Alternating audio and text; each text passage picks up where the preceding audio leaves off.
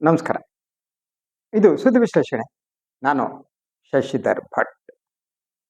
ಇದು ನನ್ನ ಡಿಜಿಟಲ್ ವಾಹಿನಿ ಸುದ್ದಿ ಟಿವಿ.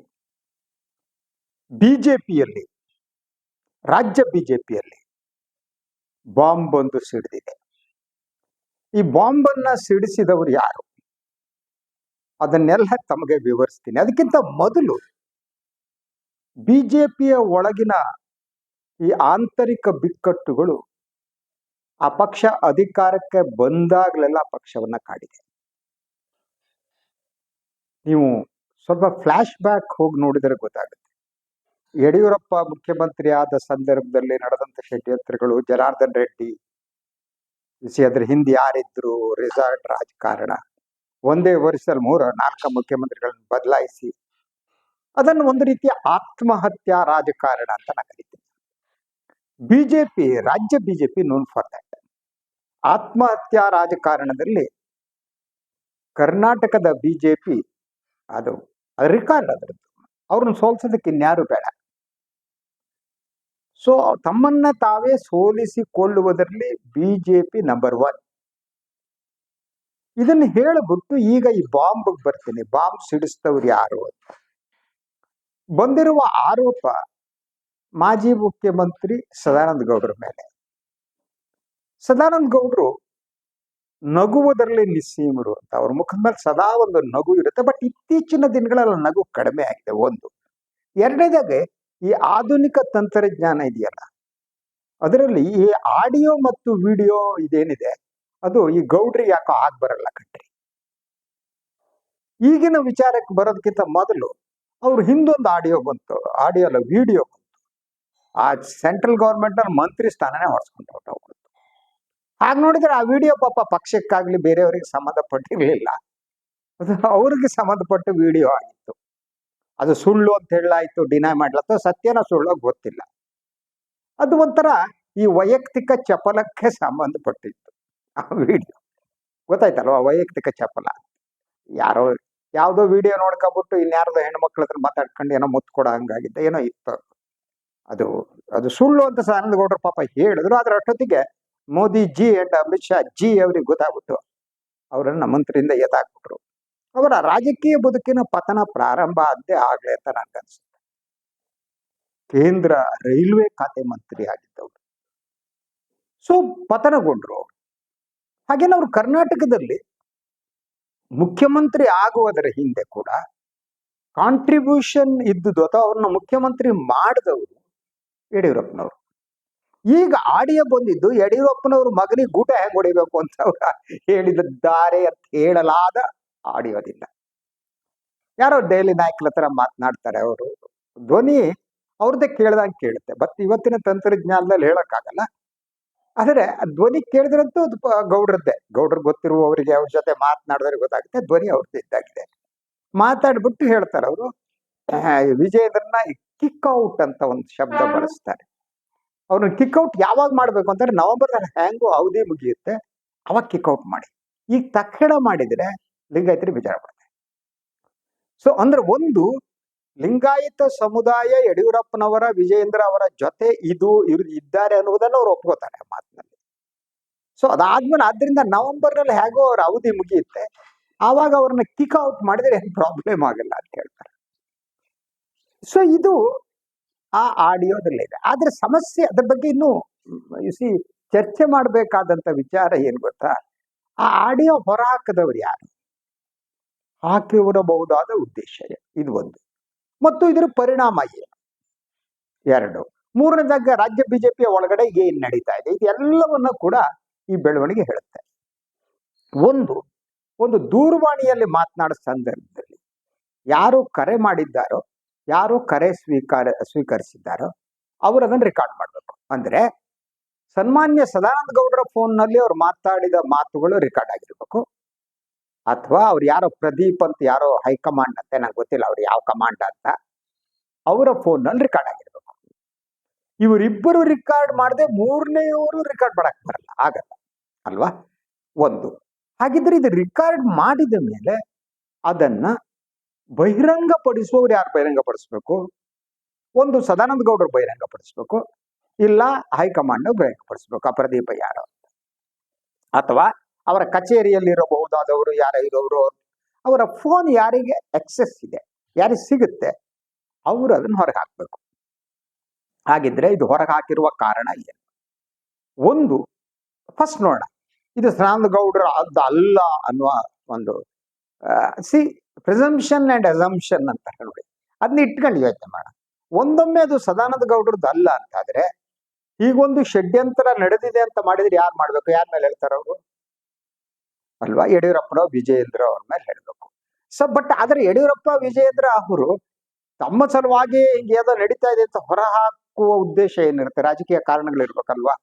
ಅದೇನು ಅಂದ್ರೆ ಈಗ್ಲೇನೆ ಹೀಗೆ ಹೇಳುವ ಮೂಲಕ ತಮ್ಮ ಸ್ಥಾನವನ್ನು ಗಟ್ಟಿ ಮಾಡಿಕೊಳ್ಳುವುದಕ್ಕೆ ಹೀಗೆ ಮಾಡಿದ್ರ ಅನ್ನುವ ಪ್ರಶ್ನೆಗಳನ್ನ ಕೇಳ್ಬೋದು. ಇದರ ಸಾಧ್ಯತೆ ಒಂದು. ಸಾಧ್ಯತೆ 2, ಸದಾನಂದ ಗೌಡರು ಇದನ್ನ ಮಾತನಾಡಿರಬಹುದು ಅಂತ. ಯಾಕೆಂದ್ರೆ ರಾಜ್ಯ ಬಿಜೆಪಿಯ ಒಳಗಡೆ ಯಡಿಯೂರಪ್ಪ ಮತ್ತು ವಿಜಯೇಂದ್ರ ಅವರ ವಿರೋಧಿಗಳು ಏನಿದ್ದಾರೆ ಆ ಸಂಖ್ಯೆ ಇದೆ, ಆಯ್ತಾ? ಆ ಸಂಖ್ಯೆಯ ನೇತೃತ್ವವನ್ನು ಸದಾನಂದ ವಹಿಸ್ಕೊಂಡ್ರಾದ್ರೆ ಅದು ಹೇಳಕ್ಕಾಗಲ್ಲ. ರಮೇಶ್ ಜಾರಕಿಹೊಳಿ ಅವರಿದ್ದಾರೆ, ಆ ಟೀಮೇ ಇದೆ, ಅದು ಟೀಮ್ ಅಲ್ವಾ ಅವ್ರ ವಿರುದ್ಧದ್ದು. ಆ ಟೀಮ್ ಏನಿದೆ ಅವರ ಅಭಿಪ್ರಾಯವನ್ನ ಸದಾನಂದ ಗೌಡರು ಹೈಕಮಾಂಡ್ ಅವರಿಗೆ ತಲುಪಿಸಿದ್ರ. ಬಟ್ ಇದಾದ್ಮೇಲೆ ಅವ್ರು ಬೇರೆ ಬೇರೆ ವಾಹಿನಿಗಳಿಗೆ ಪ್ರತಿಕ್ರಿಯೆಯನ್ನ ನೀಡಿದ್ರು. ಗೌಡರು ಪ್ರತಿಕ್ರಿಯೆಯನ್ನು ಹೇಳಿದ್ರು, ನನಗೆ ರೀ, ನಾನು ಹಿಂಗೆಲ್ಲ, ನಾನು ನೇರವಾದಿ, ನಾನು ನೇರವಾಗಿ ಮಾತಾಡ್ತೀನಿ, ನಾನು ಹಿಂಗೆಲ್ಲ ಮಾಡಲ್ಲ, ಆಯ್ತಾ? ನಾನು ನಮ್ಮ ಮೋದಿಯವ್ರ ಹತ್ರ ನೇರವಾಗಿ ಮಾತನಾಡಬಲ್ಲೆ, ಸನ್ಮಾನ್ಯ ಅವ್ರ ಪಕ್ಷದ ಅಧ್ಯಕ್ಷ ನಿತಿನ್ ನಬೀನ್ ಅವ್ರ ಹತ್ರ ನೇರವಾಗಿ ಮಾತನಾಡಬಲ್ಲೆ ಅಂತ ಅಂದ್ರು. ಆದ್ರೆ ಹೈಕಮಾಂಡ್ ಜೊತೆಗೆ ಅವ್ರಿಗೆ ಅಂತ ಸಂಬಂಧ ಇಟ್ಕೊಂಡಿದ್ದಾರೆ ಅಂತ ನನಗೆ ಅನುಮಾನ ಇದೆ. ಯಾಕೆಂದ್ರೆ ಅವರು ಪಕ್ಷದ ಅಧ್ಯಕ್ಷರನ್ನ ಅಮಿತ್ ಶಾ ಅವ್ರನ್ನ ಭೇಟಿ ಮಾಡೋದಕ್ಕೆ ಟ್ರೈ ಮಾಡಿದ್ದು ಅಂತಂದ್ರೆ ಒಂದೊಂದೇ ಹಂತದಿಂದ ಹೈಕಮಾಂಡ್ ಸದಾನಂದ ಗೌಡರನ್ನ ಮೂಲೆಗೆ ತಳ್ಳಿದೆ. ಎಷ್ಟರ ಮಟ್ಟಿಗೆ ತಳ್ಳಿದೆ ಅಂದ್ರೆ ಅವ್ರಿಗೆ ಕೊಟ್ಟಂತ ಅವಕಾಶ ಪ್ರಾಯಶಃ ಇನ್ಯಾರಿಗೂ ಸಿಕ್ಕಿರಲಿಲ್ಲ. ಕರ್ನಾಟಕದ ಮುಖ್ಯಮಂತ್ರಿ ಆದ್ರೂ, ಕೇಂದ್ರ ರೈಲ್ವೆ ಸಚಿವರಾದ್ರು, ಬಟ್ ಅಲ್ಲೂ ಪರ್ಫಾರ್ಮ್ ಮಾಡೋಕ್ಕಾಗಿಲ್ಲ. ಅದಾದ್ಮೇಲೆ ಲಾ ಅಂಡ್ ಯಾವುದೋ ಒಂದು ಕೊಟ್ಟರು, ಅದನ್ನು ಪರ್ಫಾರ್ಮ್ ಮಾಡೋಕ್ಕಾಗಲ್ಲ. ಇದಾದ್ಮೇಲೆ ದೆಹಲಿ ನಾಯಕರು ಏನಿದ್ದಾರೆ, ಅಮಿತ್ ಶಾ ಜಿ ಅಂಡ್ ಮೋದಿ ಜಿ, ಅಂದ್ಕೊಂಡ್ರಿ ಗೌಡ್ರ ಹತ್ರ ಏನಾಗಲ್ಲ ಅಂತ. ಅದ್ರ ಹೊತ್ತಿಗೆ ಅವ್ರದ್ದು ಅದು ಬೇರೆ ಬಂತು, ವಿಡಿಯೋ ಪಾಪ ಅದು ನೋಡ್ರೆ ಅವ್ನ ಮುಖ ಟೈಪೇ ಕಾಣ್ತಿತ್ತು ಆ ವಿಡಿಯೋದಲ್ಲಿ. ಅದು ಅವ್ರದ್ದು ಅಲ್ವೋ ಗೊತ್ತಿಲ್ಲ. ಈಗ ಸ್ವಲ್ಪ ತುಟಿ ಗಿಟಿ ಮುಂದ್ ಮಾಡಿ ಅಂತೆಲ್ಲ ಮಾಡ್ತಾ ಇರೋ ವಿಡಿಯೋ ಇತ್ತು. ಡಿನೈ ಮಾಡಿದ್ರು. ಅದು ಸುಳ್ಳಿರ್ಬೋದು, ಆದ್ರೆ ವಿಡಿಯೋ ಅವ್ರ ಕುತ್ತಿಗೆ ಬಂದಿದ್ದಂತೂ ನಿಜ. ಅದಾದ್ಮೇಲೆ ಅಷ್ಟೊತ್ತಿಗೆ ಅವ್ರ ರಾಜಕೀಯ ಪತನ ಪ್ರಾರಂಭ ಆಗಿತ್ತು ಅಂತ ಅಂತೆ. ಹೈಕಮಾಂಡ್ ಅವ್ರನ್ನ ಒಂದು ರೀತಿಯ ನೆಗ್ಲೆಕ್ಟ್ ಮಾಡಕ್ ಪ್ರಾರಂಭ ಮಾಡ್ತಾರೆ. ಅಂದ್ರೆ ಯಾವಾಗ ಅವರು ಯಡಿಯೂರಪ್ಪನವರ ಕೃಪಾ ಕಟಾಕ್ಷದಿಂದ ಹೊರಗೆ ಬಂದ್ರು, ಆವಾಗ ಅವರ ರಾಜಕೀಯ ಬದುಕಿನ ಡೌನ್ ಫಾಲ್ ಪ್ರಾರಂಭ ಆಗಿದೆ ಅಂತ. ಅಂದ್ರೆ ತಮ್ಮನ್ನು ಮುಖ್ಯಮಂತ್ರಿ ಮಾಡಿದವರ ಬಗ್ಗೆ ಅವರು ಒಂದು ಕೃತಜ್ಞತೆಯನ್ನು ಇಟ್ಟುಕೊಳ್ಳದಿರುವುದು ಸರಿನಾ ತಪ್ಪ ಅಂತ. ರಾಜಕಾರಣದ ಹಾಗೆ ಕೃತಜ್ಞತೆ ಇದ್ದಂತೆಲ್ಲ ಬದನೆಕಾಯಿ ಕಂಡ್ರೆ ಯಾರು ಕ್ಯಾರ್ ಮಾಡಲ್ಲ. ಅದು ಸೆಲ್ಫ್ ಸೆಂಟರ್ಡ್ ಪಾಲಿಟಿಕ್ಸ್ ನಲ್ಲಿ ನಾವೊಂದೇ ಮುಖ್ಯ, ಜಗತ್ತಿನಲ್ಲಿ ಇನ್ಯಾರು ಅಂತಿರುತ್ತೆ. ಅದರಿಂದ ಅದ್ರ ಬಗ್ಗೆ ನಾನು ಹೇಳಲಾರೆ. ಆದ್ರೆ ಅವ್ರ ಬಂದ ತಕ್ಷಣ ಅವ್ರ ಎಲ್ಲಿವರೆಗೆ ಪ್ರಾರಂಭ ಆಯ್ತು ಅಂದ್ರೆ ಅವ್ರಿಗೆ ಪಾರ್ಲಿಮೆಂಟ್ ಟಿಕೆಟ್ ಕೂಡ ತಪ್ಪಿಸೋವರೆಗೆ ಹೋಗ್ಬಿಡುತ್ತೆ ನೋಡಿ. ಈಗ ಒಂದು ರೀತಿಯಲ್ಲಿ ಸದಾನಂದ ಗೌಡರು ನಿವೃತ್ತ ರಾಜಕಾರಣಿ ಆದಂಗೆ ಆಗಿದ್ದಾರೆ. ಕೋರ್ ಕಮಿಟಿಲಿ ಇದ್ದಾರೆ, ಹೋಗ್ತಾರೆ ಬರ್ತಾರೆ, ಆಯ್ತಾ? ಅದ್ರ ಜೊತೆಗೆ ಅವರು ಇನ್ನೂ ಒಂದು ಮಾಡಿದ್ರು, ವಿಧಾನ ಪರಿಷತ್ ಚುನಾವಣೆಯಲ್ಲಿ ಇದು ಅಡ್ಡ ಮತದಾನ ಆಯ್ತಲ್ಲ, ಅದನ್ನ ಯಾರೋ ಮಾತನಾಡ್ತಿದ್ರು, ಅಲ್ಲಿದ್ರು ಅಂದ್ರೆ ಅವ್ರಿಗೆ ಅಡ್ಡ ಮತದಾನ ಮಾಡಿದವ್ರು ಯಾರು ಅಂತ ಗೊತ್ತಿರ್ಬೋದು. ಅವ್ರು ತನಗೆ ಗೊತ್ತಿದೆ ಅನ್ನೋ ರೀತಿ ಹೇಳ್ತಾರೆ. ಹಾಗಿದ್ರೆ ನಿಜವಾದ ಪಕ್ಷ ನಿಷ್ಠರಾಗಿದ್ರೆ, ಬಿಜೆಪಿ ರಾಜ್ಯದಲ್ಲಿ ಬರ್ಬೇಕು ಅಂತ ಆಗಿದ್ರೆ, ಅಡ್ಡ ಮತದಾನ ಮಾಡಿದವ್ರು ಯಾರು ಅಂತ ಗೊತ್ತಿದ್ರೆ ಪ್ರೆಸ್ ಕಾನ್ಫರೆನ್ಸ್ ಮಾಡಿ ಗೌಡ್ರು ಅನೌನ್ಸ್ ಮಾಡ್ಬೇಕಿತ್ತಲ್ವಾ, ಹೇಳ್ಬೇಕಿತ್ತಲ್ವಾ? ಅದನ್ನು ಬಿಟ್ಬಿಟ್ಟು ನಾನು ಇದನ್ನ ನನಗೆ ಮೊದಲೇ 2 ದಿನ ಮೊದಲೇ ಗೊತ್ತಿತ್ತು, ಇಂತಿಂತ 3 ಜನ ಯಾವುದೋ ಫ್ಲಾಟ್ ನಲ್ಲಿ ಸೇರಿದ್ರು, ಕಾಂಗ್ರೆಸ್ 3 ನಾಯಕರಿದ್ರು, ಬಿಜೆಪಿಯವ್ರು 3 ಇದ್ರು, ಇದನ್ನ ಹೇಳೋದಕ್ಕೆ ನಾನು ಪಕ್ಷದ ಅಧ್ಯಕ್ಷರಿಗೆ ಮತ್ತು ವಿಧಾನಸಭೆ ಪ್ರತಿಪಕ್ಷದ ನಾಯಕರಿಗೆ ದೂರವಾಣಿ ಕರೆ ಮಾಡಿದೆ, ಅವ್ರು ದೂರವಾಣಿ ಕೈ ಎತ್ಕೊಂಡಿಲ್ಲ ಅನ್ನೋ ಒಂದು ರೀತಿ ಅಪಹಬಿಕೇನೋ ಒಂದು ಥರದ ರೀತಿ ಅವರು ಅದಕ್ಕಿಂತ ಓಪನ್ ಮಾಡಿ ಹೇಳ್ಬೇಕಿತ್ತು. ಅಥವಾ ವಿಜೇಂದ್ರ ಅವರಿಗೆ ಇನ್ನೊಬ್ಬರಿಗೆ ತಿಳಿಸ್ಬೋದಾಗಿತ್ತಲ್ಲ, ಇಂಥವ್ರು ಮಾಡಿದಾರೆ, ಅದು ತಿಳಿಸಿದ ಬಗ್ಗೆ ಯಾವುದೇ ಇದಿಲ್ಲ ಅಲ್ವಾ? ಅದನ್ನು ಅವರು ಮಾಡಲಿಲ್ಲ. ಅಂದರೆ ಅವರ ಉದ್ದೇಶ ಏನಿದೆ ಅನ್ನೋದು ಒಂದು ಈ ವಿಡಿಯೋ, ಈ ಹೊರಗಡೆ ವಿಡಿಯೋ ಆಡಿಯೋ ಹೊರಗಡೆ ಬರುವ ಮೂಲಕ ಬಿಜೆಪಿಯ ಆಂತರಿಕ ಬಿಕ್ಕಟ್ಟು ಇನ್ನೊಂದು ರೀತಿ ಬೀದಿಗೆ ಬಂದು ಬಿದ್ದಿದೆ. ಇದು ಎಲ್ಲದೂ ಸರಿ ಇಲ್ಲ. 2028ರಲ್ಲಿ ಏನಾದ್ರೂ ಹೊಡ್ಸ್ಕೊಂಡು ಹೋಗ್ತಾರೆ ಅಂತ. ಇದು ಎರಡು ರೀತಿ ಮೆಸೇಜ್ ಅನ್ನ ಕೊಡುತ್ತೆ. ಒಂದು, ವಿಜೇಂದ್ರ ಅವರ ಬದಲಾವಣೆ ಮಾಡದಿರುವುದು ಏನಿದೆ ಅದು ರಾಜಕೀಯವಾಗಿ ಯಾವ ಪರಿಣಾಮ ಬೀರುತ್ತೆ ಅನ್ನೋದು ಒಂದು ವಿಚಾರ. ಆದರೆ ಸೊ ಆ ಬದಲಾವಣೆಯಂತ ಒಂದು ಮಹತ್ತರ ತೀರ್ಮಾನಕ್ಕೆ ಕೈಗೊಳ್ಳುವ ಸ್ಥಿತಿಯಲ್ಲಿ ಬಿಜೆಪಿ ಹೈಕಮಾಂಡ್ ಇದೆಯಾ ಅಂತ, ಅವರಿಗೆ ಅಲ್ಟರ್ನೇಟಿವ್ ಇದಾರ? ಸೊ ಯಡಿಯೂರಪ್ಪ ವಿಜೇಂದ್ರ ಅವರಿಗೆ ಅಲ್ಟರ್ನೇಟಿವ್ ಆದ ಪವರ್ಫುಲ್ ಲಿಂಗಾಯತ್ ನಾಯಕರು ಯಾರು ಕರ್ನಾಟಕದಲ್ಲಿ ಅಲ್ವಾ? ಅಥವಾ ಲಿಂಗಾಯತರನ್ನ ಬಿಟ್ಬಿಟ್ಟು ಸದಾನಂದ ಗೌಡ್ರ ಅಂತ ಅವ್ರನ್ನ ಪಕ್ಷದ ಅಧ್ಯಕ್ಷರು ಮಾಡಕ್ಕಾಗತ್ತಾ? ಈಗ ಕಾಂಗ್ರೆಸ್ ಈಗ ಎದುರುಗಡೆ ಇರುವವರು ಯಾರು? D K Shivakumar. ಅವರು ಈಸ್ ನೋನ್ ಫಾರ್ ಇಸ್ ಇದು ಕಾರ್ಯತಂತ್ರ, ಕಾರ್ಯತಂತ್ರ, ಷಡ್ಯಂತ್ರ, ವಿಧಾನ ಪರಿಷತ್ ಚುನಾವಣೆ ಎಲ್ಲ ತೋರಿಸ್ಕೊಟ್ಟಿದ್ದಾರೆ. ಸೊ ಇಂಥ ಸಿಚುವೇಶನ್ ನಲ್ಲಿ ಅವರನ್ನ ಎದುರಿಸುವುದಕ್ಕೆ ಸಜ್ಜಾಗಬೇಕಾದಂಥ ಬಿಜೆಪಿ ಈಗ ಪರಸ್ಪರ ಕಾಲೆಳೆಯುವ ಕೆಲಸದಲ್ಲಿ ನಿರತರಾಗಿದೆ. ಯಾಕೆಂದ್ರೆ ಸೊ ಈಗ ಈ ತಕ್ಷಣ ವಿಜೇಂದ್ರ ಅವರನ್ನ ಬದಲಿಸಿದ್ರೆ, ಯಡಿಯೂರಪ್ಪ ನಿಷ್ಕ್ರಿಯರಾದ್ರೆ ಬಿಜೆಪಿ ಅಪ್ಪನಾಣೆ ಮತಾಧಿಕಾರಕ್ಕೆ ಬರಲಿ, ಅನುಮಾನನೇ ಬೇಕಾಗಿಲ್ಲ. ಸೊ ಡಿ ಕೆ ಶಿವಕುಮಾರ್ ಇವ್ರನ್ನೆಲ್ಲ ನುಂಗಾಕ್ಬಿಡ್ತಾರೆ. ಅದರಿಂದ ಈಗ ಬಿಜೆಪಿ ಮಾಡಬೇಕಾಗಿದ್ದ ಕೆಲಸ ಬಿಜೆಪಿಯಲ್ಲಿ ಅಂದ್ರೆ ಸದಾನಂದ ಗೌಡ್ರ ಅಂತವ್ರು ನಾಯಕತ್ವವನ್ನ ಬಲಪಡಿಸುವ ಕೆಲಸವನ್ನು ಮಾಡಬೇಕಾಗಿತ್ತು. ಆದ್ರೆ ನಾಯಕತ್ವವನ್ನು ದುರ್ಬಲಗೊಳಿಸ್ತಾ ಹೊಸ ವ್ಯವಸ್ಥೆಯನ್ನ ತರಬೇಕು, ಹೊಸ ಅಧ್ಯಕ್ಷರನ್ನು ತರಬೇಕು ಅನ್ನೋ ಯತ್ನ ಇದೆಯಲ್ಲ, ಅದು ನಾನು ಹೇಳಿದ ಹಾಗೆ ಆತ್ಮಹತ್ಯಾ ರಾಜಕಾರಣದ ಭಾಗ ಆಗಬಹುದಾ ಅಂತ. ನೀವು ಕರ್ನಾಟಕದಲ್ಲಿ ಬಿಜೆಪಿಯ ಶಕ್ತಿ ಅಂದ್ರೇನೆ ಲಿಂಗಾಯತ, ಅನುಮಾನ ಬೇಕಾಗಿಲ್ಲ. ಸೊ ಆದ್ರಿಂದ ಈ ಲಿಂಗಾಯತ ಶಕ್ತಿಯನ್ನ ಕಳೆದುಕೊಂಡ್ರೆ ದುರ್ಬಲ ಆಗುತ್ತೆ. ಅದು ಯಡಿಯೂರಪ್ಪ ಯಾವಾಗ ಹೊರಗಡೆ ಹೋಗಿದಾರ ಆವಾಗ ಬಿಜೆಪಿ ಹೊರಸ್ಕೊಂಡಿದೆ ಕರ್ನಾಟಕದಲ್ಲಿ. ಈಗಲೂ ಕೂಡ ಆ ಪರಿಸ್ಥಿತಿ ಬದಲಾಗಿದೆ ಅಂತ ಅನ್ಸಲ್ಲ. ಯಾಕಂದ್ರೆ ಬಿಜೆಪಿ ಇನ್ನೊಬ್ಬ ರಾಜ್ಯ ಮಟ್ಟದ ಪವರ್ಫುಲ್ ನಾಯಕರು ಎಮರ್ಜಿ ಆಗಿದೆ. ಈಗ ಸನ್ಮಾನ್ಯ ಸೋಮಣ್ಣ ಅವ್ರನ್ನ ಅಧ್ಯಕ್ಷರು ಮಾಡಿಸೋದಕ್ಕೆ ಕುಮಾರಣ್ಣ ಟ್ರೈ ಮಾಡ್ತಿದ್ದಾರೆ. ಅವರೆಲ್ಲ ಅಧ್ಯಕ್ಷರಾಗುವ ಕ್ಯಾಲಿಬರ್ ಇರೋರ, ಎಲ್ಲ ಕಾರ್ಪೊರೇಟ್ ಲೆವೆಲ್ ನಿಂದ ಬಂದು ಪಾಪ ಅವ್ರ ಲೆವೆಲ್ ಬೇರೆ. ಅಥವಾ ಅರವಿಂದ್ ಬೆಲ್ಲದವ್ರನ್ನ ಮಾಡ್ತೀರಾ? ಯಾರನ್ನ ಮಾಡ್ತೀರಿ? ಅಥವಾ ಯತ್ನಾಳ್ ಅವ್ರ ಕರ್ಕೊಬಂದ್ ಮಾಡ್ಬಿಡ್ತೀರಾ? ಅದು ಬಹಳ ಬೆಸ್ಟ್. ಯತ್ನಾಳ್ ಅವ್ರನ್ನ ಕರ್ಕೊಬಂದ್ಬಿಟ್ಟು ನೀವು ಅಧ್ಯಕ್ಷರು ಮಾಡಿದ್ರೆ ಬಿಜೆಪಿ ಒಂದು 25-30 ಸ್ಥಾನಕ್ಕೆ ಬಂದು ನಿಂತ್ಕೊಳ್ಳುತ್ತೆ. ಕರ್ನಾಟಕದಲ್ಲಿ ಅವರು ಬೆಂಕಿ ಹೆಚ್ಚುವ ರಾಜಕಾರಣ ನಡೆಯೋದೇ ಇಲ್ಲ. ಅಂದ್ರೆ ಈ ಮಾದರಿ ಇದೆಯಲ್ಲ, ಈಶ್ವರಪ್ಪ ಮಾದರಿ, ಅದೇ ರೀತಿ ಯತ್ನಾಳ್ ಮಾದರಿ ಕರ್ನಾಟಕದಲ್ಲಿ ವರ್ಕೌಟ್ ಆಗಲ್ಲ. ಅದರಿಂದ ಅವರು ಉತ್ತರ ಪ್ರದೇಶದಲ್ಲೆಲ್ಲ ಹೋದ್ರೆ ವರ್ಕೌಟ್ ಆಗುತ್ತೆ. ಯತ್ನಾಳ್ ಅವರು ಉತ್ತರ ಪ್ರದೇಶ ಕಡೆ ಹೋಗ್ಬಿಟ್ರೆ ಅವ್ರು ಇಷ್ಟೊತ್ತಿಗೆ ಚೀಫ್ ಮಿನಿಸ್ಟರ್ ಆಗ್ಬಿಡ್ತಿದ್ರು. ಯಾಕೆಂದ್ರೆ ಅಲ್ಲಿಯ ಜನರಿಗೆ ಈ ಬೆಂಕಿ ಹಚ್ಚುವ ರಾಜಕಾರಣ ಬೇಕು, ಮುಸ್ಲಿಂ ವಿರೋಧ ಬೇಕು, ನಾಮ ಹಣೆ ಮೇಲೆ ದೊಡ್ಡ ಕಾಣಬೇಕು. ಅದು ಹಣೆಯಿಂದ ಹಿಡಿದ್ಬಿಟ್ಟು ಕೆಳಗೆ ಗುಪ್ತಾಂಗವನ್ನ ದಾಟುವಷ್ಟು ನಾಮ ಹಾಕಬೇಕು. ಅವಾಗ ಅವ್ರು ದೊಡ್ಡ ನಾಯಕರು ಉತ್ತರ ಪ್ರದೇಶದ ಕಡೆ ಎಲ್ಲ ಅಲ್ವಾ? ಸೊ ಅದರಿಂದ ಅಲ್ಲಿ ಕರ್ಕೊಂಡು ಹೋಗ್ಬಿಟ್ರೆ ಅವರು ದೊಡ್ಡ ನಾಯಕರು. ಕರ್ನಾಟಕದಲ್ಲಿ ಇಲ್ಲಿ ನಮ್ಮನ್ನ ಬೆಳೆಸಿದ್ದು ಬುದ್ಧ, ಬಸವ, ಅಂಬೇಡ್ಕರ್ ಪ್ರಭಾವ, ಕುವೆಂಪು, ಶಿಶುನಾಳ ಶರೀಫರು. ಇದು ಕರ್ನಾಟಕ ಡಿಫರೆಂಟ್, ಇಲ್ಲಿ ನಡೆಯಲ್ಲ. ಇಲ್ಲಿ ಬೇಕಾಗಿರೋದು ಹೇಗೆ ಅಂದ್ರೆ ಈ ಎಗ್ರೆಸಿವ್ ಆದ ಹಿಂದುತ್ವದ ರಾಜಕಾರಣಿ ಬಿಜೆಪಿಯನ್ನ ಮುಂದುವರಿಸಿ ಉಳಿಯಲ್ಲ. ಆ ಕಾರಣಕ್ಕೆ ಯಡಿಯೂರಪ್ಪ ಯಶಸ್ವಿ ಆಗಿದ್ದು ಯಾಕೆ ಅಂದ್ರೆ ಅವರು ಬಿಜೆಪಿಗೆ ರೈತ ಹೋರಾಟದ ಶಕ್ತಿಯನ್ನ ತುಂಬಿದವರು. ರೈತ ಹೋರಾಟದ ಮೂಲಕ ಅವರು ಬಿಜೆಪಿ ಸಂಘ ಪರಿವಾರದಿಂದ ಬಂದರೂ ಕೂಡ ಅವರು ರೈತ ಹೋರಾಟದ ಶಕ್ತಿಯನ್ನ ತುಂಬಿ ಬಿಜೆಪಿಯ ಕಮ್ಯುನಲ್ ರಾಜಕಾರಣ ಮರೆಯುವಂತೆ ಕರ್ನಾಟಕದಲ್ಲಿ ಮಾಡಿದವರು ಯಡಿಯೂರಪ್ಪ. ಆ ಸಾಧ್ಯತೆ ಇರುವುದು ವಿಜೇಂದ್ರ ಅವರಿಗೆ ಕೂಡ.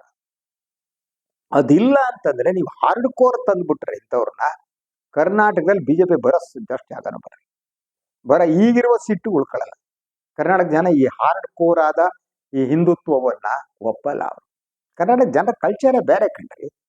ಸೊ ಆದ್ರಿಂದ ಅಂತ ಒಂದು ನಾಯಕತ್ವ ಇಲ್ದಿರೋ ಸಂದರ್ಭದಲ್ಲಿ ಈಗಿರಬಹುದಾದ ಬಿಜೆಪಿಗೆ ಒಳ್ಳೆಯ ಆಯ್ಕೆ ಎನ್ನಬಹುದಾದ ನಾಯಕತ್ವವನ್ನ ಬದಲಿಸಿದ್ರೆ ಬಿಜೆಪಿ ವಿಲ್ ಸಫರ್. ಈಗ ಆ ಪ್ರಯತ್ನ ನಡೀತಾ ಇದೆ. ಏನಾಗಿದ್ರೆ ಮುಂದೇನಾಗುತ್ತೆ? ಈ ಆಡಿಯೋಕ್ಕೆ ಸಂಬಂಧಪಟ್ಟ ಹಾಗೆ ನೀವೇನಾದ್ರೂ ಹೈಕಮಾಂಡಿಗೆ ದೂರು ಕೊಡ್ತೀರಾ ಅನ್ನೋ ಪ್ರಶ್ನೆಗೆ ಸದಾನಂದ ಗೌಡರು ನಾನೇ ಕೊಡ್ಲಿ, ನಾನೇನಲ್ಲ ಅಂತ ಕೂತಿದ್ದಾರೆ. ಹಾಗಿದ್ರೆ Vijayendra what will he do? ಇವರೇನಾದ್ರೂ ಹೈಕಮಾಂಡ್ ಗಮನಕ್ಕೆ ತರ್ತಾರ? ಇಲ್ವಾ? ಆದ್ರೆ ಒಂದಂತೂ ಸ್ಪಷ್ಟವಾಗಿ ಸಂದೇಶ ಹೋಗುತ್ತೆ. ಅದೇನು ಅಂದ್ರೆ ವಿಜೇಂದ್ರ ಯಡಿಯೂರಪ್ಪ ವಿರುದ್ಧ ಬಿಜೆಪಿಯ ಒಳಗೆ ಒಂದು ಬಹುದೊಡ್ಡ ಷಡ್ಯಂತರ ನಡೆಯುತ್ತಿದೆ ಅನ್ನುವ ಮೆಸೇಜ್ ಕರ್ನಾಟಕದಾದ್ಯಂತ ಇವತ್ತು ನಾಳೆ 2-3 ದಿವಸದಲ್ಲಿ ಹೋಗುತ್ತೆ. ಹಾಗೆ ಹೋಗುವ ಮೂಲಕ ಸೊ ಹೈಕಮಾಂಡ್ ಎಂತ ಇಕ್ಕಟ್ಟಿಗೆ ಸಿಕ್ಕಾಕತ್ತಾರೆ ಅಂದ್ರೆ, ಸೊ ಈ ಸಂದರ್ಭದಲ್ಲಿ ವಿಜೇಂದ್ರ ಅವರ ಬದಲಾವಣೆ ಮಾಡೋದಕ್ಕೂ ಸಾಧ್ಯ ಇಲ್ಲದಿರೋ ಸ್ಥಿತಿ ಸಿಕ್ಕಾಕತ್ತಾರೆ ಅವ್ರು. ಯಾಕೆ ಅಂದ್ರೆ ಈ ಮೆಸೇಜ್ ಸ್ಪ್ರೆಡ್ ಆಗತ್ತೆ. ಮತ್ತು ನೀವು ಲಿಂಗಾಯತರು ಅವ್ರೇನಿದ್ದಾರೆ, they are very sensitive community. ಅವರು ಉಳಿದ ಜಾತಿ ಸಮುದಾಯದಂತೆ ಅಲ್ಲ. ಈ ಮೆಸೇಜು ಮಠಾಧೀಶರ ಮೂಲಕ ಎಲ್ಲ ಕಡೆ ಸ್ಪ್ರೆಡ್ ಆಗುತ್ತೆ. ಕರ್ನಾಟಕದ ಅತಿ ಹೆಚ್ಚು ಲಿಂಗಾಯತ ಮಠಾಧೀಶರಿದ್ದಾರೆ. ಸೊ ಅವ್ರ ಮೂಲಕ ಸ್ಪ್ರೆಡ್ ಆದ್ರೆ ಬಹುತೇಕ ಈ ಲಿಂಗಾಯತನ ಮಠಾಧೀಶರು ಎಲ್ಲರೂ ಕೂಡ ಯಡಿಯೂರಪ್ಪನವ್ರ ಕಂಡ್ರೆ ಇಷ್ಟ ಅವರಿಗೆ. ಯಾಕಂದ್ರೆ ಅವ್ರು ಮುಖ್ಯಮಂತ್ರಿ ಆದಾಗ ಕೊಡುಗೈ ದಾನಿ ಮಠಗಳಿಗೆ ದುಡ್ಡು ಕೊಟ್ಟು ಅವ್ರನ್ನೆಲ್ಲ ಕ್ಯಾಪ್ಚರ್ ಮಾಡಿ ಇಟ್ಕೊಂಡಿದೆ. ಅದು ಹೋಗ್ಬಿಟ್ರೆ ಆವಾಗ ಬಿಜೆಪಿಯ ವಿರುದ್ಧ ಲಿಂಗಾಯತ ವಿರೋಧ ಪ್ರಬಲವಾಗ್ಬೋದು. ಯಾಕೆಂದ್ರೆ ಲಿಂಗಾಯತರ ನೆಟ್ವರ್ಕ್ ಆಗಿರ್ತಿದೆ ಮಠಾಧೀಶರ ಮೂಲಕ. ಅದು ಬಹಳ ಸೀರಿಯಸ್ ಆದ ಇಂಪ್ಯಾಕ್ಟ್ಗೆ ಕಾರಣ ಆಗಬಹುದು ಬಿಜೆಪಿ. ಅಂದ್ರೆ ಯಡಿಯೂರಪ್ಪ ಮುಖ್ಯಮಂತ್ರಿ ಆದಾಗ ಜನಾರ್ದನ್ ರೆಡ್ಡಿ ನಡೆಸೋದಲ್ಲ, ಆ ರೀತಿ ನಡೆಸೋ ಅಗತ್ಯ ಅನ್ನೋದಿಲ್ಲ. ಅವಾಗ ರೆಸಾರ್ಟ್ ಗಿಸಾರ್ಟ್ ಓಡಾಡಿ ಎಲ್ಲ ಮಾಡೋದಲ್ಲ. ಈಗ ಅದು ಬೇಕಾಗಿಲ್ಲ. ಈ ತಕ್ಷಣ ಕಾಡಿನ ಬೆಂಕಿ ಅಂತಲ್ಲ, ಆ ರೀತಿ ಎಲ್ಲ ಕಡೆ ಸ್ಪ್ರೆಡ್ ಆಗ್ಬಿಡುತ್ತೆ.